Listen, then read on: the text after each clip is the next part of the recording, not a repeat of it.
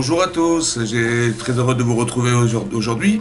On va essayer de réfléchir sur une des qualités que le peuple juif doit avoir et que chacun d'entre nous doit assimiler, puisque ce sont des valeurs très importantes dans la Torah.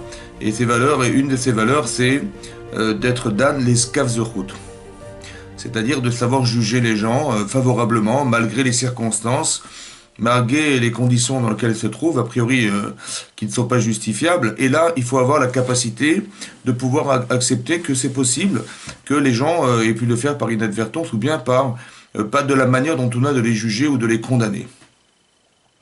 Ça fait partie des qualités humaines qu'on doit avoir. Et donc ces qualités, en fait, elles se démontrent effectivement parce que, vous savez, on a des principes, on a des stéréotypes dans la vie. On a des images qui nous font dire et qui nous font penser que cette personne, elle rentre dans un cadre qui la condamne. Si vous avez quelqu'un qui est basané, vous allez tout de suite penser à quelque chose de négatif. Si vous allez voir quelqu'un qu'on traite de voleur alors qu'il est pauvre, vous allez penser qu'il est vraiment voleur, etc. Donc on a des stéréotypes en fait qui sont déjà préétablis et qui sont d'une logique qui nous amène à penser que la personne est coupable. Mais est-ce que tout ce qui est logique est forcément vrai ? C'est ça la question.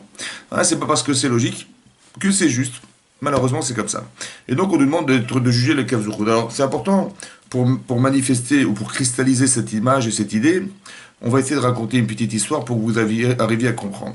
Une fois, c'est une dame. Elle se présente donc avec son mari. Elle se présente donc devant un supermarché. Donc, son mari la dépose au parking du supermarché. Et donc, comme son mari l'attend, effectivement, elle est obligée de faire vite, et donc elle va vite faire ses courses. Et donc, elle rentre dans le supermarché pour faire ses achats, et elle prend son caddie, et elle rentre dans le supermarché, elle commence à faire ses courses, et donc elle dépose ses achats dans son caddie, et puis bon, il fait chaud, vous savez, il faisait très chaud dans ce supermarché, donc elle décide de retirer son pull et de le déposer dans son caddie. Et donc, elle continue ses achats, madame continue ses achats, elle arrive en caisse. Elle est pressée parce que son mari l'attend, et donc elle dépose ses achats sur le tapis de la caissière, et elle passe ses articles. Après, elle récupère son sac, elle va vite mettre ses affaires dans son caddie, et elle s'empresse de retrouver son mari dans le parking qui l'attendait. Elle ouvre le coffre de la voiture, elle dépose ses achats dans la voiture, elle récupère son pull, et manifestement, elle se rend compte que c'était glissé sous son pull un paquet de confiture, un pot de confiture et un pot de café qu'elle n'avait pas réglé. Bon, elle s'est dit, oh là là, c'est pas possible, je sais que je n'ai pas réglé ces deux achats-là, parce que je sais ce que j'ai mis dans mes sacs et ce que je n'ai pas mis dans mes sacs. Et elle s'empresse de retourner, donc retrouver la caissière. Et qu'est-ce qu'elle se rend compte qu'elle va voir la caissière, elle dit, vous savez, je viens de passer, je dis, oui, je vous ai vu, bien sûr, je me souviens de vous. Il dit, voilà, il y a deux articles que je n'ai pas réglés, qui étaient sous mon pull. Et donc, je viens vous les régler. Elle dit, vous avez vu les deux dames qui étaient derrière vous? Lui dit la caissière. Je dis non. Il dit, bien, elle rigolait derrière vous, elle rigolait. Il dit, maintenant je comprends pourquoi elle rigolait. Elle rigolait parce qu'elle avait vu que sous votre pull, vous aviez dissimulé ce pot de confiture et ce pot de café. Elle a dit, c'est une voleuse, elle est en train de les voler, donc elle rigolait derrière, elle va passer, elle va pas passer.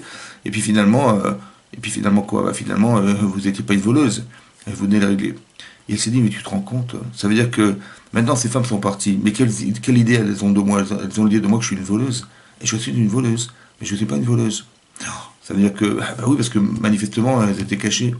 Elles auraient dû me juger favorablement. Dorénavant, lorsqu'on me dira, tu sais, je l'ai vue, elle a volé, d'accord? Et puis je l'ai vue de mes yeux vus, je dirais, je ne suis pas sûr que c'était une voleuse.